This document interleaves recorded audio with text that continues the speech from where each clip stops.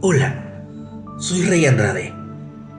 Bienvenidos al podcast Senda Antigua, un programa dedicado a quienes como yo queremos dejarnos guiar por Dios al fundamento de los apóstoles y profetas, siendo la principal piedra del ángulo Jesucristo, llevados por la revelación del Espíritu Santo acerca de lo que las Escrituras ofrecen sobre nuestra vida espiritual como pueblo de Dios.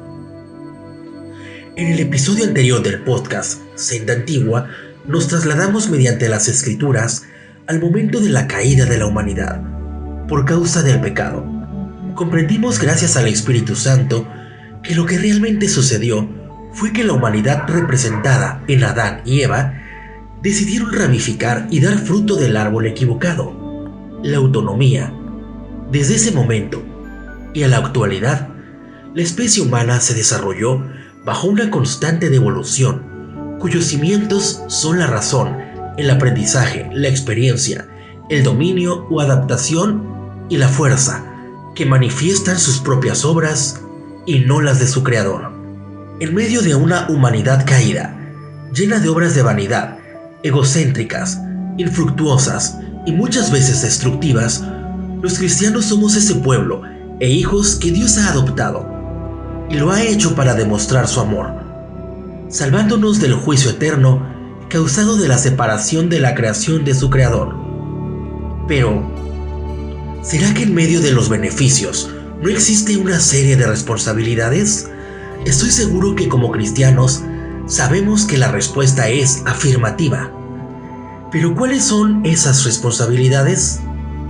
Si has escuchado episodios anteriores de Senda Antigua, entenderás que portarnos bien, a diferencia del pensamiento colectivo, no es lo que Dios quiere del todo de su pueblo. Porque como dijimos en el episodio anterior, el ser humano no fue creado para conocer lo bueno y lo malo, porque no fue creado para ser juez, sino para ser una extensión de la gloria de Dios aquí en la tierra. De principio, Dios creó una humanidad buena según su justicia. Pero luego, el hombre quiso indagar en conceptos y medidas y cayó de la gracia. Entonces, si ser los más buenos no es lo que realmente llama la atención de Dios y nos aprueba del todo como hijos responsables, ¿qué es lo que sí lo hace? Este episodio es el epicentro de esta primera temporada de Senda Antigua, y la respuesta a esta interrogante marcará el antes y después de nuestras vidas como cristianos. Así que pongamos los fundamentos escriturales de este cuarto episodio de Senda Antigua. La cita bíblica que guiará este episodio es Romanos 2:29, y la leeremos en Nueva Traducción Viviente para sacar el máximo recurso a nuestro lenguaje actual. No, un verdadero judío es aquel que tiene el corazón recto a los ojos de Dios. La verdadera circuncisión no consiste meramente en obedecer la letra de la ley, sino que es un cambio en el corazón, producido por el Espíritu, y una persona con un corazón transformado recibe la aprobación de Dios, no la de la gente. Pablo, el autor de esta cita, nos regala un tesoro de parte de Dios, la clave para entender el crecimiento como hijos aprobados de Dios. Desmenucemos la información. En la primera parte de la cita, Pablo nos expone que todo aquel que es ciudadano del pueblo de Dios goza de un corazón recto visto a los ojos del Señor y no de los hombres. En la primera parte de la cita, Pablo nos expone que todo aquel que es ciudadano del pueblo de Dios goza de un corazón recto visto a los ojos del Señor y no de los hombres. Recto significa seguir una dirección sin doblarse en el camino. La segunda parte de la cita es muy importante porque es la clave de nuestro crecimiento como hijos aprobados por Dios. Y comienza a responder la interrogante de este episodio. Pablo es tajante al decir: la verdadera circuncisión no consiste meramente en obedecer la ley. Primero debemos entender qué es la circuncisión. Es la evidencia en el cuerpo de que un varón es hebreo, tiene su origen en la indicación dada por Dios a Abraham, cuando le dio a conocer su pacto futuro. Los hebreos consideran a Abraham su patriarca, y con él como hijos gozan de la promesa de ser pueblo de Dios. Pero para hacer válida su nacionalidad con todos sus derechos civiles y divinos, todos los nacidos de una mujer hebrea debían tener el prepucio cortado, y aquel que no estuviera circuncidado no podía reclamar con evidencia el ser hebreo, perdiendo el derecho de nacimiento. En los tiempos de la gracia, Pablo deja en claro en sus cartas, y en Senda Antigua así también lo creemos, que el pacto hecho con Abraham era futuro, para nosotros, la generación y simiente de Cristo. Y como dijimos en episodios anteriores, Dios nos eligió, apartó y santificó desde antes de nacer para ser su pueblo.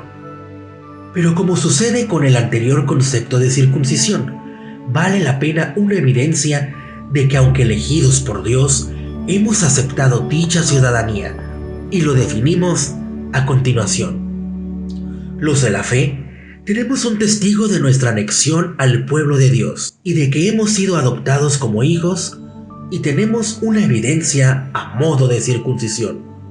Primero, vamos a definir el testigo. Para ello, leemos Romanos 8:16. El Espíritu mismo da testimonio a nuestro espíritu de que somos hijos de Dios. El Espíritu Santo de Dios afirma a nuestro hombre interior que fuimos aprobados como hijos por nuestra fe en Jesucristo. Aquí queda definido el testigo. Ahora definamos la evidencia. La circuncisión, que en nuestro caso, como mucho defendió Pablo, no se presenta en el cuerpo, sino de manera espiritual. Se hace evidente desde el día en que comienza nuestra purificación. Según Juan el Bautista, el Mesías, ¿con qué purificaría?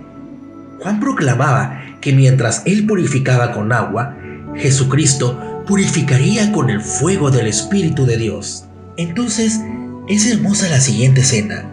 Mientras que los hebreos de sangre, sus padres les llevaban en brazos a los 8 días de nacidos para el rito de la purificación, que consistía en cortar el prepucio, a nosotros, los que somos nación santa por adquisición espiritual y no nacidos de vientre hebreo, gracias a la obra y sacrificio de Jesucristo, nuestro Padre adoptivo, Dios mismo, nos lleva en brazos ante su propio Espíritu, que es fuego consumidor, para que comience nuestra purificación.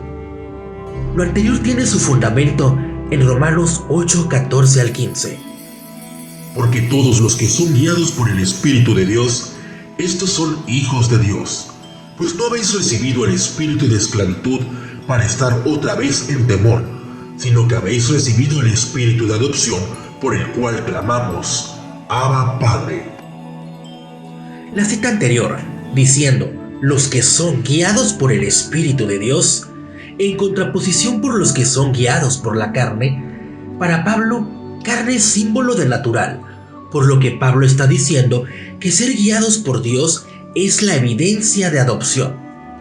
Esto nos posiciona en el centro de este episodio. La purificación de Dios es un proceso gradual, guiado, motivado y además producido por el mismo Espíritu de Dios. En el episodio anterior, entendimos que la humanidad cayó en el error de ser autónoma y buscar por experiencia, aprendizaje y fuerzas naturales sus propias obras de crecimiento y supervivencia. Como resultado, la nueva naturaleza del hombre dejó de manifestar la vida del Espíritu. Esto no es único del mundo secular.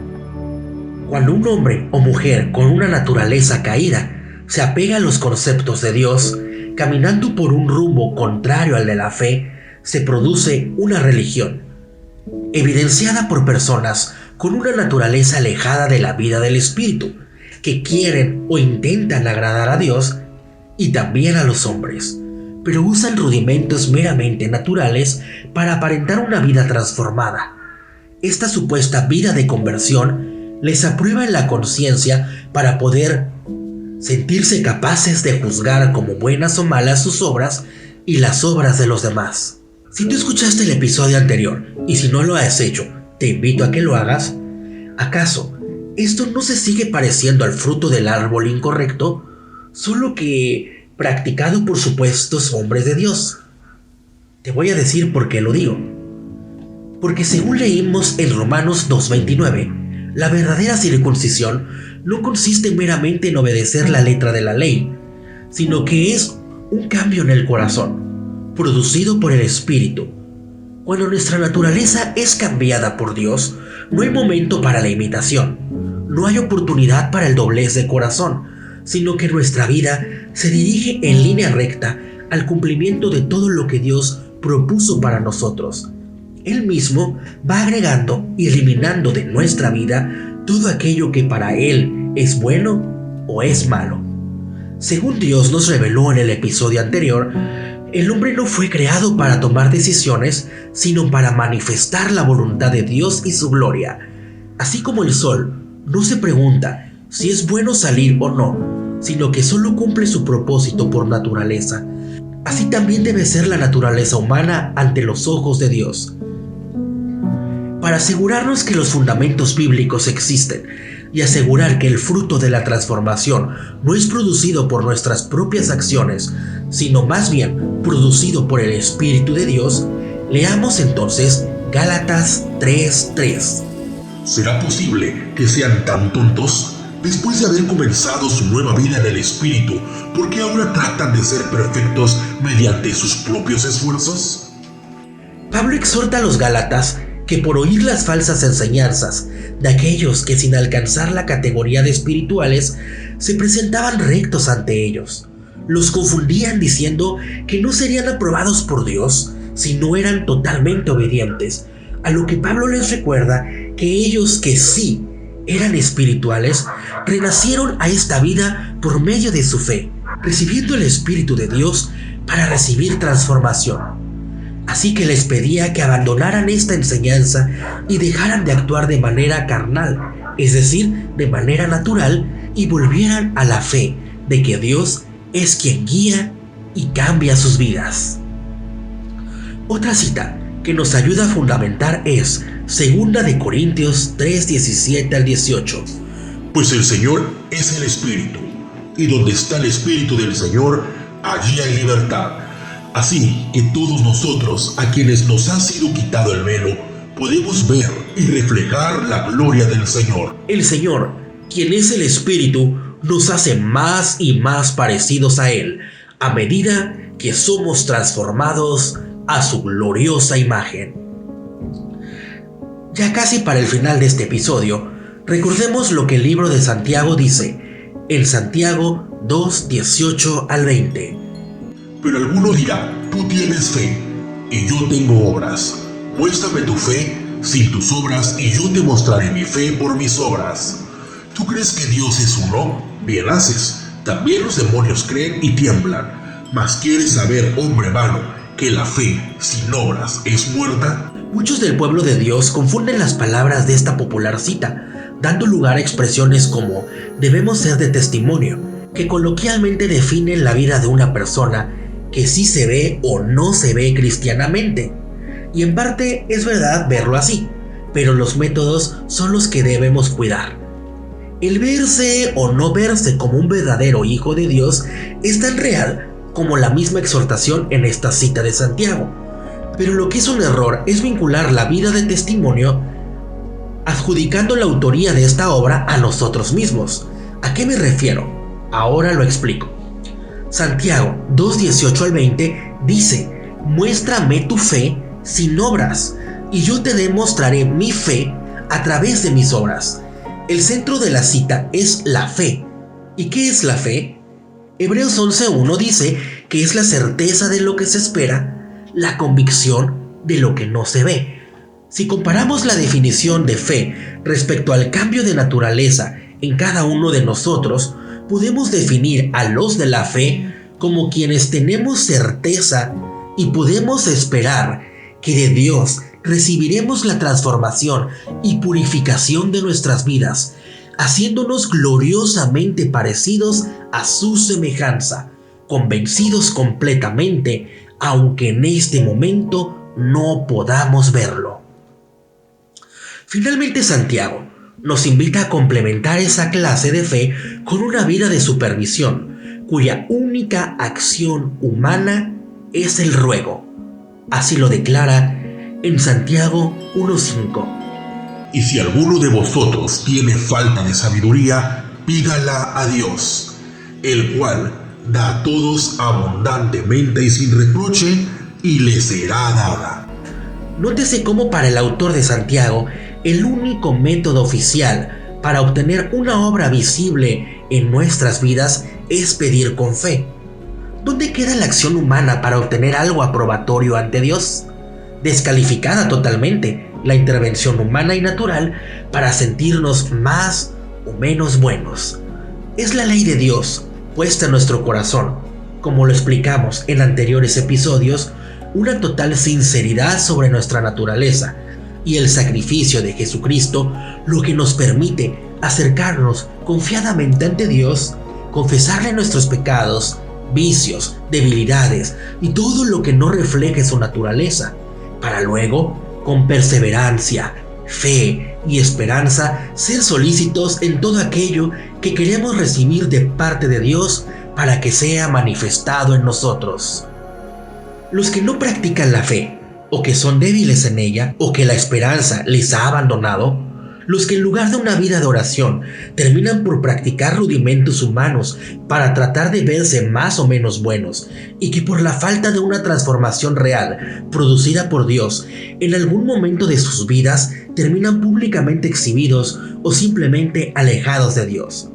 No habían sido transformados por Dios porque en lugar de practicar la fe, la perseverancia de toda solicitud en oración, la paciencia y la esperanza, decidieron hacer las cosas autónomamente en sus propias fuerzas. Mientras que los espirituales tenemos nuestra fe puesta en Dios, recibiendo del Espíritu Santo el fruto de transformación a la semejanza de Cristo, como el varón perfecto, abandonando nuestro protagonismo y autonomía para convertirnos en verdaderos testigos de su obra.